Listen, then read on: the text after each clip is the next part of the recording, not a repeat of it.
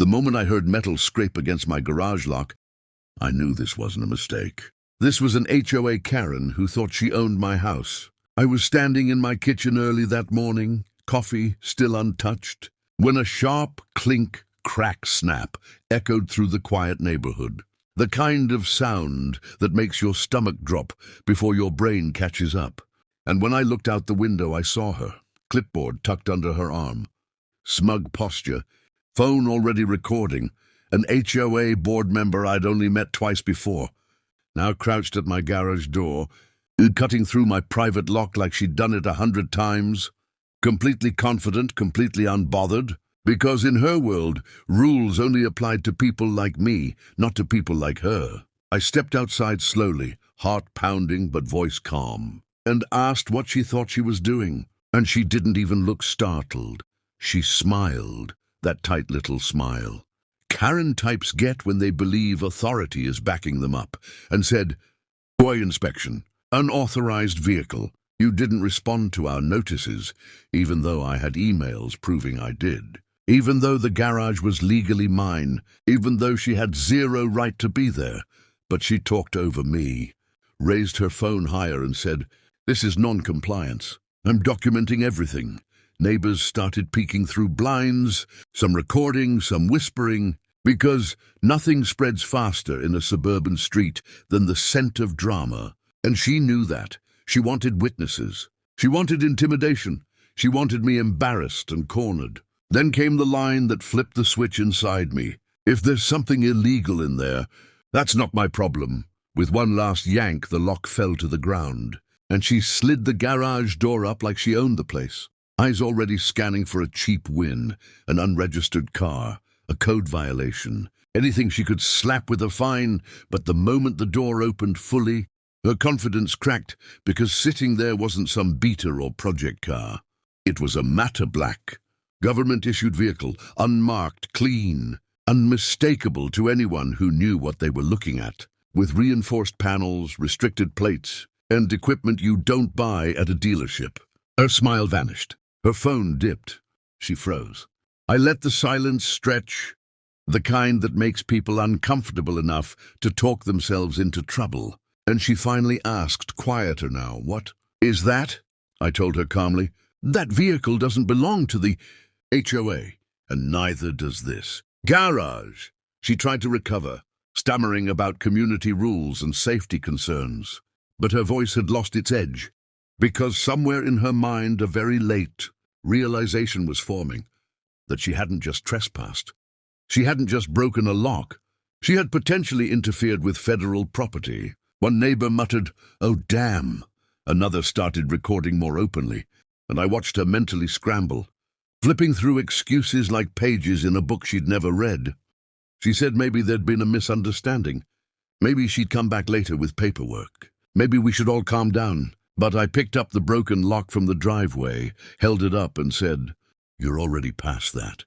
Her face drained of color as I added, "And you might want to stop recording because you just filmed yourself committing a crime." That was the moment the power dynamic shattered completely. The moment she realized this wasn't a homeowner she could bully. This wasn't a fine she could issue and forget. And this definitely wasn't going away quietly, because she hadn't just crossed a boundary. She'd broken into the wrong garage on the wrong day, and the consequences were already rolling toward her faster than she could run. She tried to laugh it off. But the moment I said one sentence, her hand started shaking. For a split second after I called out what she'd done, she put that fake professional smile back on her face.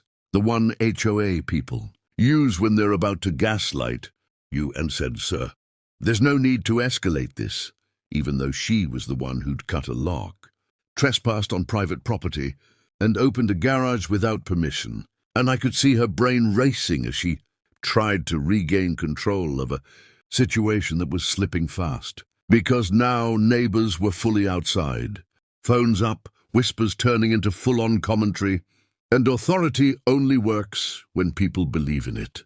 She bent down, picked up the broken lock like it was some minor inconvenience, and said, "The HOA will reimburse this," as if money magically erased crimes. as if she hadn't already crossed a line that couldn't be uncrossed. And that's when I told her slowly and clearly, that vehicle is assigned to a federal task force. Your HOA has zero jurisdiction here. The word federal hit her like a slap. Her shoulders stiffened. Her eyes darted toward the street. And for the first time, she checked her surroundings, not like an enforcer, but like someone who might need an exit. She asked who I worked for, demanding credentials, and I laughed, not loud, not mocking, just enough to signal that she'd already lost, and said, "You don't get to ask questions after breaking in." She tried pivoting, claiming an anonymous complaint, then safety concerns, then miscommunication, cycling through excuses so fast it was obvious she was panicking. And when I reminded her that she'd recorded everything herself, including the lock being cut, she instinctively reached for her phone and stopped the video. Too late to undo what was already saved to the cloud. A neighbor across the street yelled, "You can't just break into people's garages." And another added, "Isn't that illegal?" And with every voice that joined in, her authority shrank. Because bullies rely on silence, not witnesses. She stepped back from the garage like it might bite her, saying she'd report the situation to the HOA board. But I cut her off and said, she tried to leave, muttering about following up later. But I told her calmly, "You're not done here. Yet," and pointed at the driveway cameras, mounted above the garage, explaining that everything from her arrival to the lock being cut was already backed up, time-stamped and preserved. And watching that information sink in was like watching someone realize they'd stepped onto thin ice after already hearing it crack. She swallowed hard, nodded without meeting my eyes, and said she just wanted to resolve this peacefully. And I replied, "So did I before you broke into my garage." And in that moment, standing there surrounded by neighbors, broken lock at my feet, federal vehicle behind us, and her fake authority stripped bare, it was clear this wasn't just an HOA dispute anymore. It was the beginning of something that was going to destroy her position, her reputation, and possibly a lot more than she was prepared to lose. She thought she could intimidate me, until she realized who she was dealing with. The tension hung in the air like smoke after a gunshot. Karen took a hesitant step back from the garage, her eyes flicking between the car and the neighbors who were now fully invested in the drama. She tried to regain control, lifting her clipboard as if it were a shield, and said, We need to follow protocol here." But her voice lacked conviction, like a kid trying to bluff in poker with nothing in their hand. I crossed my arms, leaning slightly against the garage frame, letting her scramble while keeping my calm demeanor. Because in moments like this, power isn't shown with shouts. It's shown by letting the other person flail in front of witnesses. She muttered something about HOA rules again. But I interrupted. "You've crossed every line already. Trespassing, destruction of property, intimidation, and now you're trying to lecture me."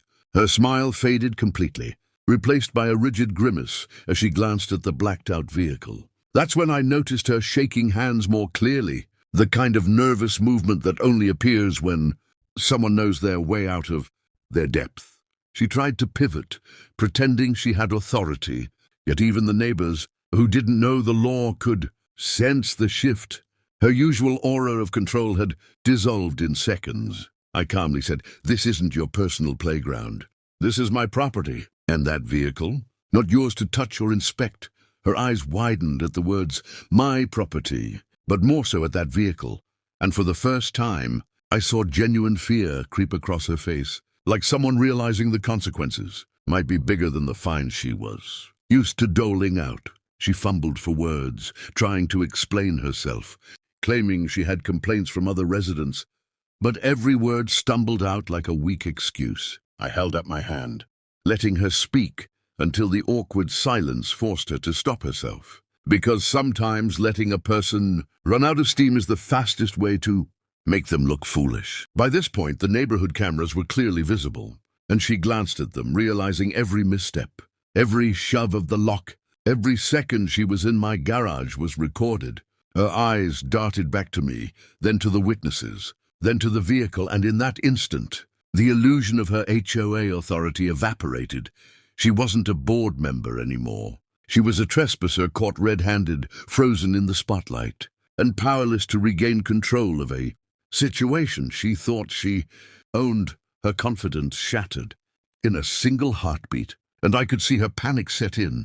She backed up, fumbling with her clipboard like it could somehow shield her from what was coming next. The neighbors were now fully outside, leaning over fences, phones out, whispering and pointing, and she realized she was no longer in charge of the narrative. Everyone could see exactly what had happened. I stepped closer, keeping my voice calm but firm, letting every word land like a hammer. You just cut a lock, entered a private garage, and tried to intimidate me. Do you understand the gravity of that? She swallowed hard, her lips quivering, and muttered, I was just doing my job. I shook my head, letting a slow pause stretch uncomfortably. Your job does not include committing crimes, I said, emphasizing each word. Her gaze flicked nervously toward the blacked-out vehicle, and that's when the reality hit her. This wasn't a normal homeowner. This wasn't a petty complaint. And this certainly wasn't a garage she could bully her way through. Every step she took backward was a step into her own embarrassment, and I could see her trying to calculate an exit strategy that didn't exist. The neighbors whispered louder now, the tension thickening, and she tried to regain control by raising her voice slightly. I need to file this with the HOA. But her words had lost their bite. They were hollow, defensive, like a child shouting at someone taller. I calmly pointed to the cameras, which had captured everything, and said, file it if you want. Just know that your actions are already documented. And I'm not alone here. Her hands shook visibly now, and she glanced at the driveway repeatedly, probably imagining the legal storm heading her way. She muttered about miscommunication, complaints and regulations, but none of it mattered. Her authority had evaporated, replaced by raw panic. By now, the neighborhood had fully caught on. Whispers turned into comments like, did she just break in? And is that a government car? I let her realize it herself. The more she tried to defend her actions, the worse she looked, and each second that passed, the power dynamic completely shifted. She wasn't the Karen in charge anymore. She thought she could intimidate me, but now she was the one being watched. By this point, the tension had reached a boiling point. Karen's usual smirk had vanished entirely, replaced with a twitchy, defensive expression, and every movement she made seemed calculated yet clumsy. I stepped closer to the garage, making sure the black vehicle was fully visible, the reinforced panels gleaming in the sunlight, a silent warning she couldn't ignore. She fumbled with her phone, muttering that she needed to take notes. But the panic in her eyes betrayed her, and I could see her internal struggle. Do I admit I was wrong? Do I try to lie? Or do I run? The neighbors were watching, whispering, recording. Every witness amplified her embarrassment. Every camera angle documented her trespass. I kept my tone steady, letting my words cut through the tension like a knife. You entered private property. You destroyed my lock, and you had zero right to touch anything in this garage. Do you understand? Her shoulders stiffened, her lips pressed tightly together, and she nodded almost involuntarily. She tried to regain composure, claiming she had complaints about an unauthorized vehicle, but the instant she mentioned that, I knew I had her cornered. That vehicle isn't just unauthorized, it belongs to a federal task force. You just broke the law entering the garage. Her jaw tightened, her eyes widened. She looked like she wanted the ground to swallow her whole. A neighbor whispered from the fence, "She's done." And even though I didn't need to say another word, I watched as reality sank in. This wasn't a regular HOA disagreement. This wasn't a petty fine, and it certainly wasn't a garage she could bully into submission. Every excuse she had prepared was crumbling before my eyes, and for the first time she was powerless, trapped in the middle of a crowd that knew exactly what she had done. The weight of her mistake pressed down on her like an invisible hand, and I could see the flicker, a fear in her eyes, the same fear that hits anyone who realizes they just picked the wrong target. Her smirk was gone, replaced by pure fear, and she didn't know how to escape it. Karen took a step back, her clipboard trembling slightly in her hands. like a shield that no longer worked. I let the silence stretch, forcing her to confront the reality.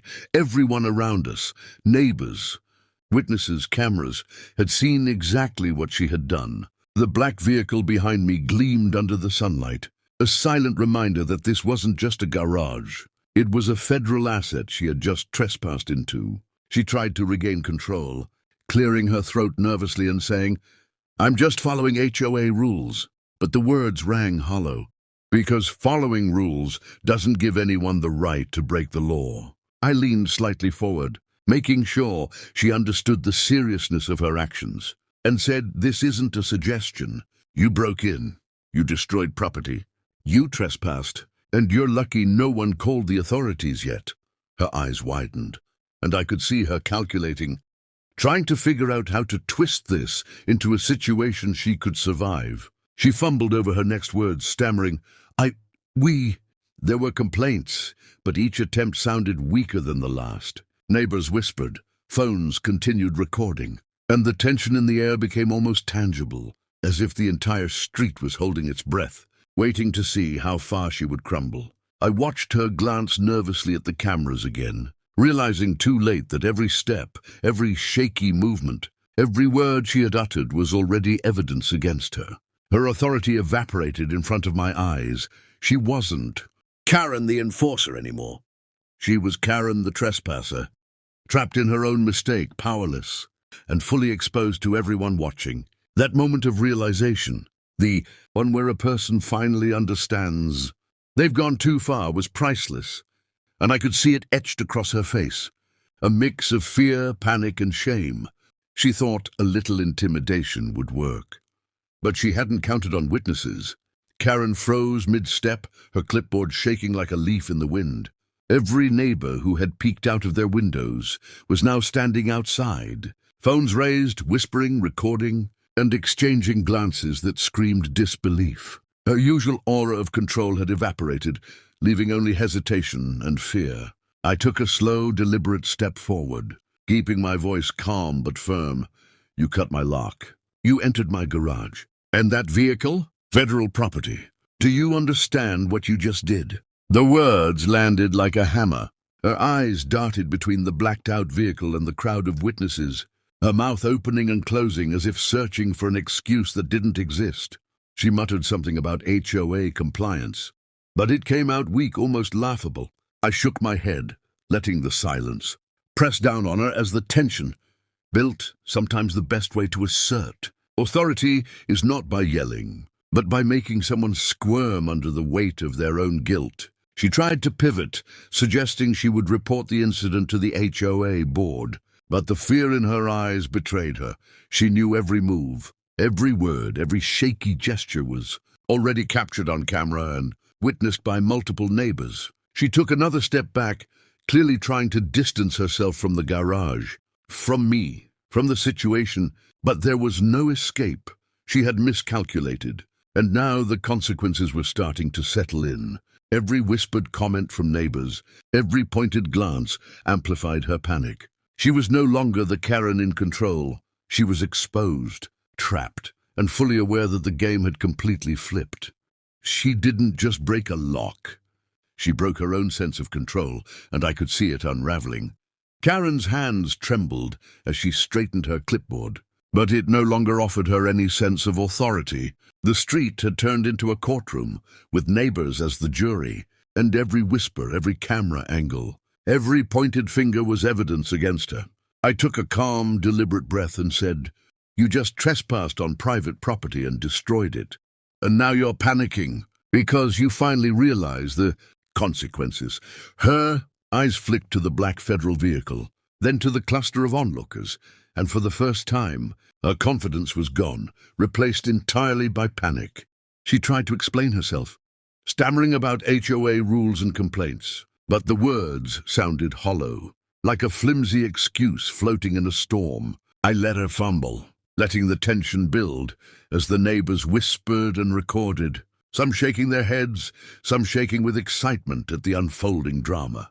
She took a tentative step backward, muttering something about reporting the issue to the board. But the fear was written all over her face now. She knew that nothing could undo what had already happened. Every inch she retreated, every faltering word, every glance at the cameras emphasized her vulnerability. She had underestimated me, underestimated the witnesses, underestimated the power of the situation, and now she was trapped in the consequences of her own arrogance. For the first time, Karen wasn't in charge. She wasn't the HOA enforcer. She was the trespasser, fully exposed, and painfully aware that this incident would follow her far longer than she ever expected. She thought the law was on her side, but she didn't realize I wasn't just any homeowner. Karen's eyes darted nervously between the black federal vehicle and the growing crowd of neighbors, now fully aware of what had happened. Her clipboard, once a symbol of her supposed authority, now trembled in her hands, useless in the face of what she had done. I took a slow step forward, letting my calm but firm presence dominate the moment. "You just broke into private property. Destroyed a lock and trespassed," I said, letting each word sink in. Her lips quivered as she tried to argue, mentioning HOA rules and anonymous complaints. But each excuse sounded weaker than the last. The neighbors murmured among themselves, recording the interaction, and the whispers grew louder. Did she just break in? Is that a government car? Karen's posture stiffened as reality hit her. She wasn't in control anymore, and there was no hiding from what she had done. I gestured toward the cameras clearly mounted above the garage and said, "Everything is recorded. Every step you took." Her hands tightened around the clipboard, knuckles white, her face drained of color. She was no longer the Karen who barged in, thinking she owned the street. She was exposed, cornered, and fully aware that the consequences were only beginning.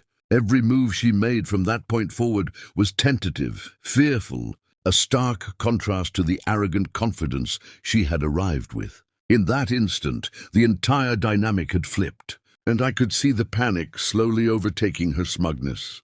Her arrogance had evaporated, and the moment of reckoning had just begun. Karen took another hesitant step back, realizing that the crowd, the cameras, and the black federal vehicle weren't going anywhere. Her usual confident tone had vanished, replaced by a shaky, almost pleading voice. I was just enforcing the rules." I shook my head slowly, letting the silence stretch, and said, "Enforcing the rules doesn't give you the right to break the law. Destroy property or intimidate a homeowner." She swallowed hard, eyes flicking to the neighbors, whispering and recording, every glance reinforcing the reality that she was no longer in control. I leaned slightly forward, keeping my calm demeanor, and continued, "Do you understand that what you did could have serious legal consequences?" Her hands trembled as she clutched her clipboard, and I could see her mind racing for a way out.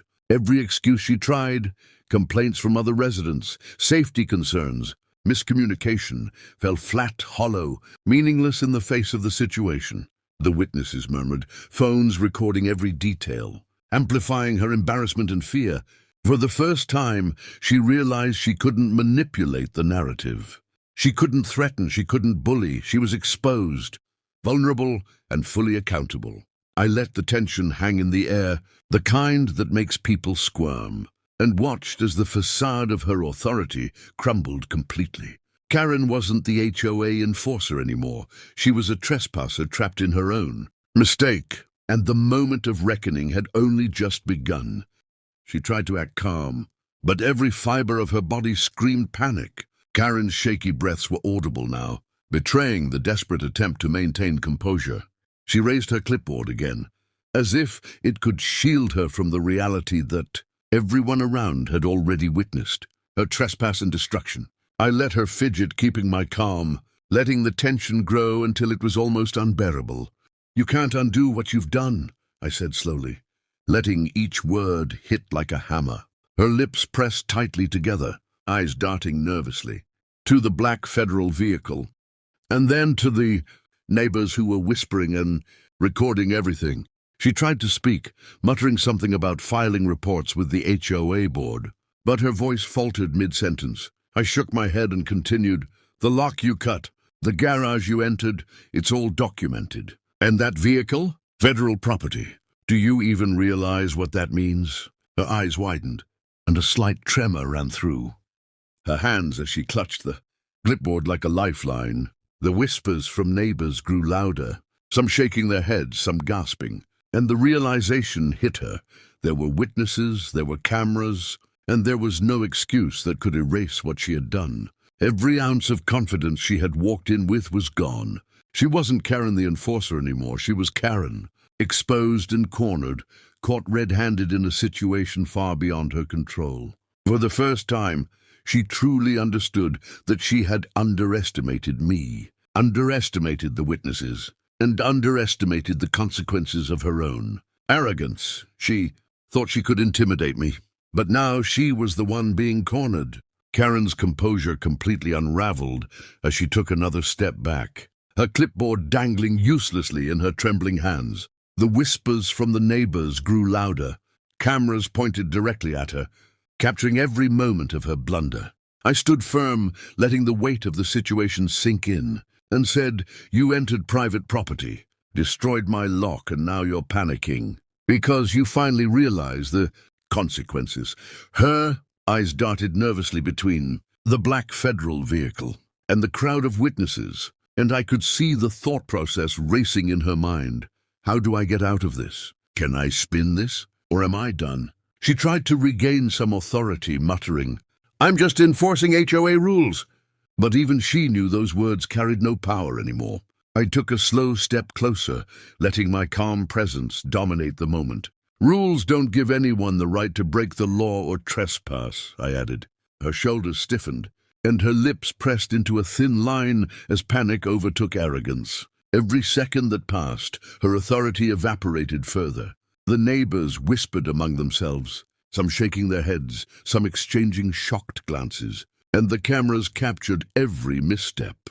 She was no longer the Karen who barged in, thinking she owned the street. She was exposed, cornered, and fully aware that her actions had consequences far beyond what she had imagined. Her smirk vanished, and fear replaced it instantly. Karen's eyes darted frantically between the black federal vehicle and the crowd of neighbors who were now fully invested in the unfolding drama. Her clipboard, once a symbol of her supposed authority, trembled in her hands, useless against the reality she had created. I let the tension build, watching her fumble for words, knowing that her panic was more powerful than anything I could say. "You cut a lock, you entered private property, and now you're trying to explain yourself," I asked calmly, letting each word land.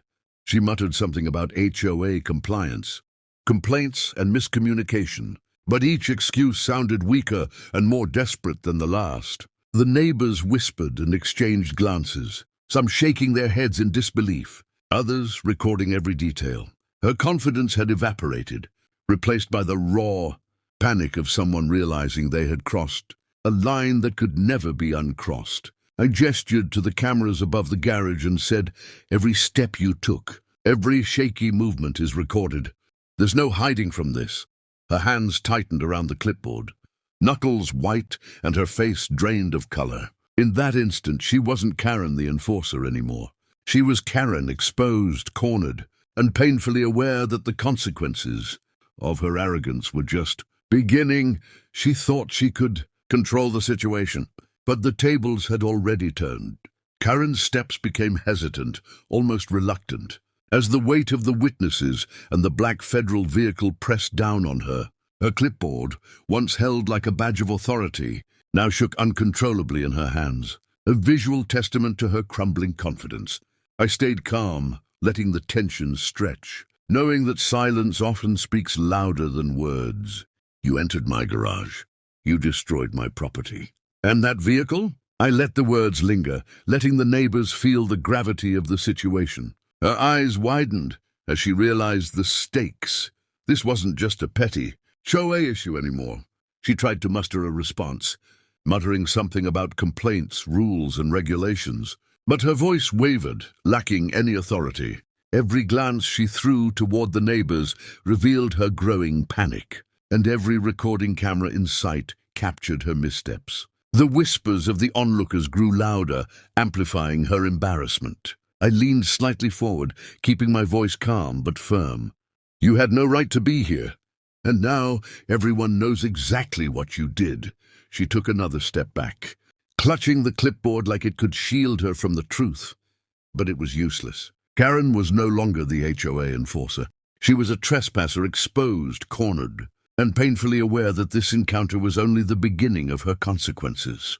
Her arrogance had completely disappeared, and fear took its place. Karen's hands were shaking visibly now, her clipboard dangling uselessly as she tried to regain composure. The whispers of the neighbors grew louder, and every phone recording her actions made it clear that there was no escaping accountability.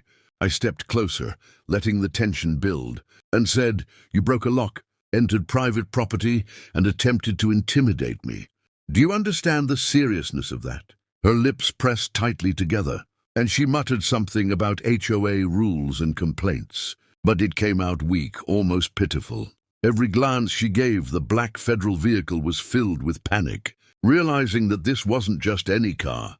This was federal property, and she had no authority over it. I pointed subtly to the cameras mounted above the garage, making sure she understood that every move she had made was documented and time-stamped. She swallowed hard, stepping back slightly, but there was nowhere for her to hide. The crowd of neighbors, fully engaged in recording, had become a force she couldn't ignore. In that moment, she wasn't Karen the enforcer anymore. She was Karen, fully exposed, cornered, and painfully aware that her mistake had consequences far beyond what she had imagined. Every faltering excuse, every nervous movement, only made the reality sink in deeper.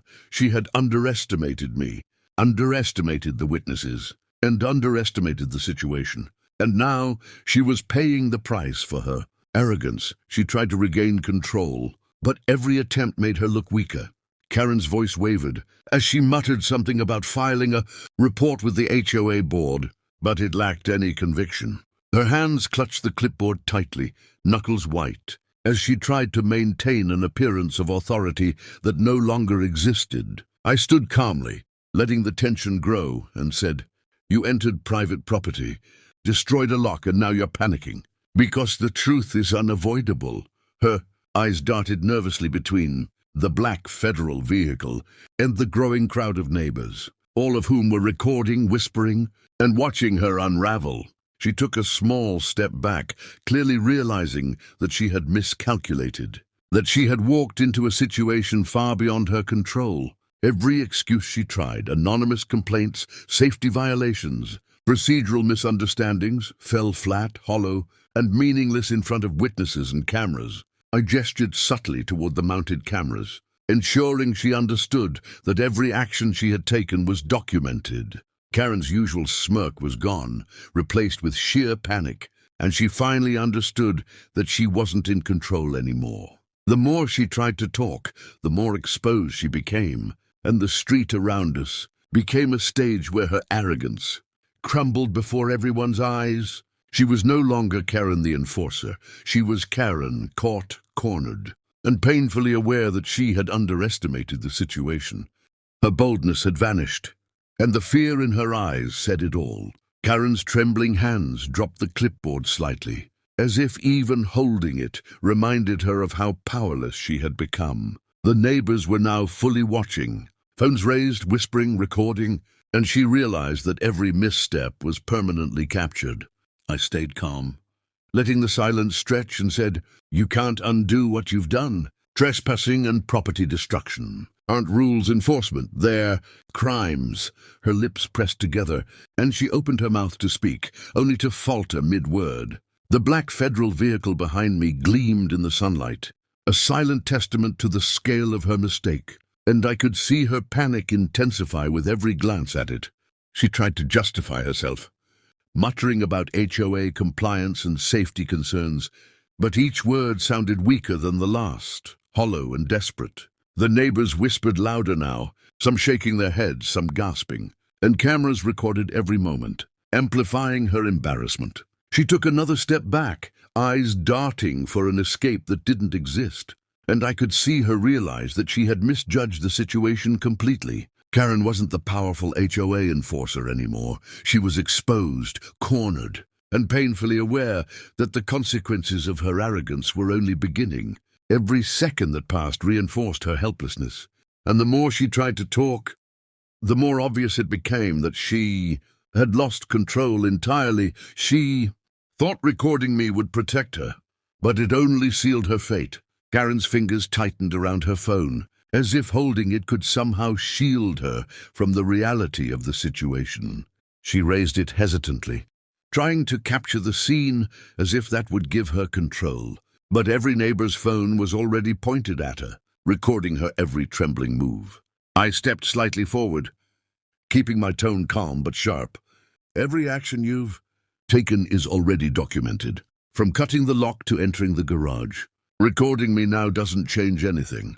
Her eyes widened, the color draining from her face as the gravity of her miscalculation hit. She tried to talk over me, muttering about complaints and rules, but the words faltered, weak and unconvincing. The black federal vehicle behind me loomed like a silent reminder of her overreach, and she glanced at it nervously, realizing this wasn't a situation she could manipulate. Neighbors whispered, some shaking their heads, some murmuring in disbelief. While cameras captured every misstep, her every move screamed panic, and I could see the cracks in her facade.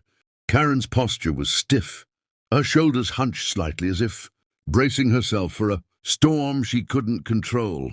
The clipboard in her hands was no longer a symbol of authority. It was a lifeline she clung to desperately. I stayed calm, letting the tension hang heavy in the air, and said, "You're fully exposed now. Trespassing, property destruction, intimidation. This isn't just an HOA issue anymore." Her eyes darted repeatedly between the black federal vehicle behind me and the crowd of neighbors recording everything. And I could see the mental scramble unfolding in her mind. How do I spin this? How do I save myself? She tried to speak, muttering about procedures and anonymous complaints. But each word sounded hollow, weaker than the last, completely ineffective against the reality of her actions. The neighbors whispered and shook their heads, some openly commenting, others just staring in disbelief. Every step she took backward only highlighted her fear, and the more she attempted to regain composure, the more obvious her panic became. She had underestimated the situation completely, underestimating me, the witnesses, and the consequences. Karen was no longer the powerful HOA enforcer she thought she was. She was trapped, exposed, and painfully aware that every move she had made had led her straight into this reckoning. She thought she could get away with it, but reality hit harder than she ever imagined. Karen froze completely, her trembling hands letting the clipboard slip slightly as she stared at the black federal vehicle and the crowd of neighbors now fully witnessing her meltdown. Her confident facade had crumbled entirely. The smirk she had worn when she cut the lock was gone, replaced by wide-eyed panic. I stepped forward just enough to assert presence without threatening, and said calmly, "You've trespassed, destroyed property and intimidated me. Everything is documented, and everyone has seen it." Her lips quivered as she tried to respond, muttering something about HOA complaints and procedures, but her words lacked any authority, falling flat in the weight of the situation. Cameras captured every tremble, every misstep, every faltering word, while neighbors whispered and recorded, amplifying her exposure. She glanced nervously at the street, looking for an escape that didn't exist, realizing that she had underestimated both me and the witnesses around us. Karen wasn't Karen the enforcer anymore. She was Karen the trespasser, cornered, exposed, and painfully aware that the consequences of her arrogance were unavoidable.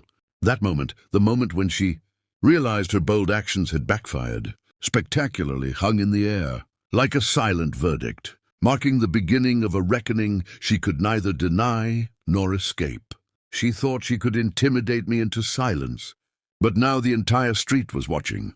Karen's breathing had quickened, her clipboard trembling violently, as she realized she was surrounded by witnesses who weren't about to look away. Her usual authoritative stance was gone, replaced by hesitation and panic that was impossible to hide.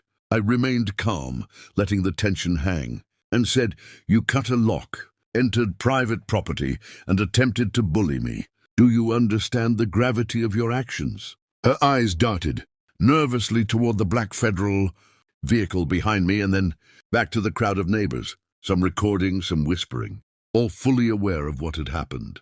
She attempted to regain control, stammering about HOA rules, complaints and procedures, but each word sounded weaker than the last, hollow and unconvincing. I gestured subtly to the cameras above the garage and said, "Everything is recorded. Every move, every step. There's no way to undo this." Her lips pressed into a thin line, her hands trembling, and she finally understood that this wasn't a situation she could manipulate. Karen wasn't the HOA enforcer anymore. She was a trespasser, fully exposed, cornered, and painfully aware that the consequences of her arrogance were just beginning. The whispers, the cameras, and the neighbors had turned the street into a stage where her confidence had completely disintegrated. And every second that passed deepened her panic, she thought. She could assert authority, but the second she saw the vehicle, everything changed. Karen's hands were shaking violently now. Her clipboard barely held as she realized the black federal vehicle behind me wasn't just intimidating, it was a symbol of consequences. She hadn't even considered. The neighbors had fully gathered outside, phones recording, whispers spreading like wildfire, and she was trapped in the middle of it all. I stood calm, letting the silence stretch like a heavy weight, and said, "You've trespassed, destroyed property, and attempted to intimidate me. Do you understand the seriousness of this?" Her eyes darted nervously between me, the crowd and the vehicle, and I could see her mind racing for a way to escape, a way that didn't exist. She tried to speak, muttering something about HOA rules and complaints, but the words sounded weak and hollow, falling flat under the pressure. Every step she took backward, every glance at the cameras, only reinforced that she had miscalculated entirely. The confidence she had walked in with had completely evaporated. Karen wasn't the enforcer anymore. She was exposed, cornered, and painfully aware that the consequences of her reckless actions were just beginning. She thought recording me would protect her, but it only confirmed her mistake. Karen's fingers hovered over her phone, trembling as she tried to film the situation, hoping somehow to regain control. But every neighbor's phone was already pointed at her, recording every flinch, every hesitation, every sign of panic. I stepped slightly forward, voice calm but cutting through the tension. "Everything you've done, from cutting my lock to entering my garage, is already documented. Recording me now won't save you." Her eyes widened as the weight of the black federal vehicle sank in, a silent warning that this wasn't a petty HOA issue. She opened her mouth to argue, muttering about rules and complaints. But the words fell flat, weak and desperate. Every movement, every glance, every trembling step was captured, not only by the cameras but by the eyes of neighbors fully invested in the drama. Her confidence was gone, replaced entirely by panic. She took a shaky step backward, realizing there was no exit, no justification that could undo what she had done. Karen was no longer an enforcer. She was a trespasser, exposed and cornered, painfully aware that this encounter was just the beginning of her reckoning.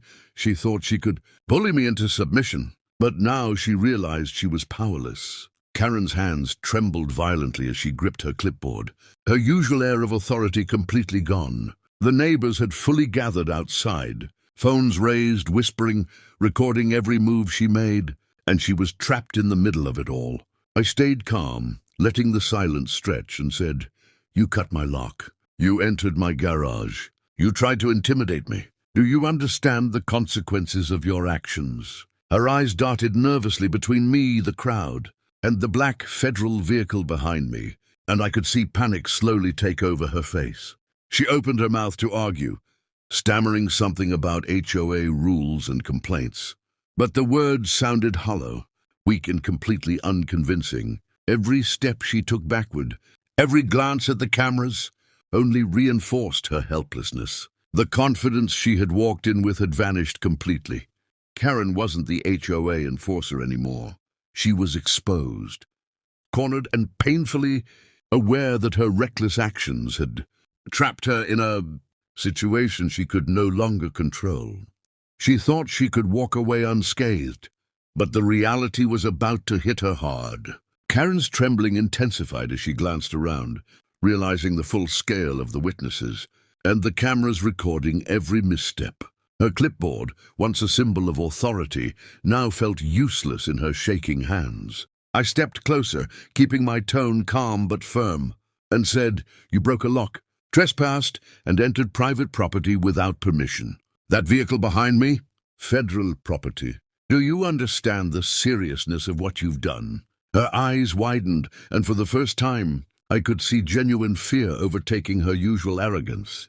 She attempted to speak, muttering weakly about HOA rules and complaints, but each word fell flat, meaningless in the face of the evidence and the witnesses. The neighbors whispered, recording and exchanging glances, amplifying the pressure she felt in every direction. Every faltering movement, every nervous glance, only reinforced that she was fully exposed. Karen was no longer in control. She was cornered, powerless and painfully, aware that her reckless actions had set a storm in motion that she could not escape. Her confidence had crumbled entirely, replaced with the raw realization that this encounter was far bigger than she had ever imagined. She thought she could intimidate me, but now the street had turned against her. Karen's hands shook uncontrollably as she clutched her clipboard, realizing that every neighbor watching, every camera recording, had witnessed her reckless actions. I stayed calm, letting the tension build like a weight pressing down on her. "You entered private property, destroyed my lock, and tried to intimidate me," I said firmly. "That vehicle behind me belongs to a federal task force. You have no authority here." Her face drained of color as the words sank in. She tried to argue, stammering about HOA complaints and procedures, but the words were weak, hollow, and utterly ineffective against the reality unfolding around her. Neighbors whispered, some shaking their heads, others pointing their phones directly at her, recording every tremor, every falter. Each hesitant step she took backward made her vulnerability more obvious. Karen's arrogance had completely evaporated. She was exposed, cornered, and painfully aware that her bold actions had backfired spectacularly. The smirk she had walked in with was gone, replaced with raw fear, and every second that passed only deepened her realization. She had miscalculated entirely, and there was no escaping the consequences. Now, she thought she could threaten me into silence, but now it was her who was cornered. Karen's trembling became more pronounced. Her clipboard barely held as she tried to maintain some semblance of control. The neighbors were now fully engaged, phones raised, whispering, recording every second, and the weight of their attention crushed her confidence. I stayed calm, letting the silence press down, and said, "You've cut a lock, entered private property, and tried to intimidate me. That vehicle behind me? Federal property. Do you understand the magnitude of your actions?" Her eyes widened, and panic flickered across her face as she tried to respond, muttering weakly about HOA complaints, rules, and procedures, but every word fell flat. Each glance at the black vehicle, each nervous step backward, and every whisper from the neighbors reinforced the fact that she was completely exposed. Her authority evaporated entirely, replaced by fear and helplessness. Karen wasn't the enforcer anymore. She was the trespasser, cornered and painfully aware that her arrogance had led her straight into a situation she could no longer control. The weight of the consequences was now fully visible on her face, and every second that passed only intensified. Her growing panic, she thought she could act without consequences, but reality hit harder than she expected. Karen's hands were shaking so badly now that her clipboard slipped slightly, and for the first time she looked truly vulnerable. The neighbors had fully come outside, phones raised, whispering, recording every move, and she realized there was nowhere to hide. I stayed calm, letting the tension grow, and said, "You trespassed, destroyed my property, and attempted to intimidate me. That vehicle behind me? Federal property. Nothing you say or do changes." "That?" Her eyes widened as panic overtook any remaining arrogance. She tried to speak, muttering about HOA rules, complaints, and procedures, but her words were weak, hollow, and completely ineffective. Every glance she cast at the black vehicle, every nervous glance at the crowd, every trembling movement reinforced her exposure. Karen's confidence had evaporated entirely. She was no longer the powerful HOA enforcer she thought she was. She was exposed, cornered, and painfully aware that her reckless actions had triggered a situation far beyond her control. The smirk she had worn at the start was gone, replaced by fear, and every passing second made it clear there would be consequences. She couldn't avoid. She thought the rules were on her side. But she was the one trapped now. Karen's trembling intensified, her clipboard barely hanging in her hands as she realized just how many witnesses were fully aware of her actions. Phones recorded every flinch, every hesitant movement, every faltering word, and she knew there was no hiding from the consequences. I stayed calm, letting the tension build like a storm pressing down on her, and said, "You cut my lock, entered private property, and attempted to intimidate me. That vehicle behind me? Federal property. You had no right to touch it." Her face turned pale as panic set in, her eyes darting nervously between the black vehicle, the crowd, and the cameras above the garage. She muttered weakly about HOA rules, complaints, and procedures. But the words had no power anymore. They fell flat, meaningless in the face of the witnesses and evidence. Every faltering step she took backward only highlighted her vulnerability. Karen's confidence had vanished completely. She wasn't the HOA enforcer anymore. She was the trespasser, exposed, cornered, and painfully aware that the consequences of her arrogance were unavoidable.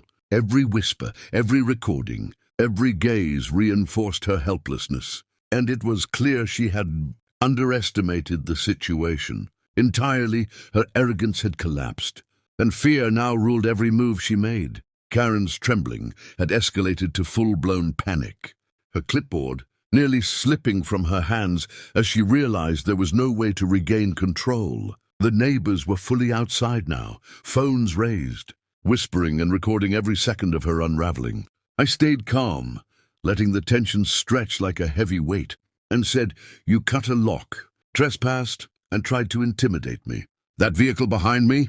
Federal property. There is no excuse for your actions." Her eyes widened, and the panic was unmistakable as she tried to speak, muttering feebly about HOA complaints and procedures. But the words sounded hollow, weak, and completely ineffective. Every glance at the black vehicle, every nervous look at the crowd, and every trembling step backward reinforced her exposure. Karen's confidence had evaporated entirely. She was no longer the enforcer. She was the trespasser, cornered and painfully aware that her reckless actions had placed her in a situation she could not escape. The whispers of the neighbors, the recording cameras, and the reality of her mistake pressed down on her like a storm, leaving her utterly powerless and aware that the consequences were only just beginning. Her reign of intimidation ended in an instant, and she knew it. Karen stood frozen, her clipboard trembling uselessly in her hands, as the full weight of the situation crashed down on her. The neighbors, phones raised, whispered and exchanged glances, fully aware of what she had done, while the cameras captured every moment of her unraveling. I took a calm step forward, letting the silence amplify the tension, and said, "You cut a lock, trespassed on private property, and attempted to intimidate me. That vehicle? Federal property. And everyone here saw it happen." Her face drained of color, her confidence entirely shattered, replaced by raw panic and shame. She opened her mouth to speak, muttering feeble excuses about HOA rules, complaints, and procedures, but no words could undo the reality she had created. Every movement, every glance, every nervous breath revealed that she was fully exposed and powerless. Karen, the so-called enforcer, was now just a trespasser cornered by her own arrogance, painfully aware that she had underestimated the situation. The witnesses and me. In that moment, it was clear to everyone. Her intimidation had failed. Her authority was gone, and the consequences of her reckless actions were inevitable. The street had witnessed the complete collapse of her facade, and Karen would never forget the lesson she had learned that day.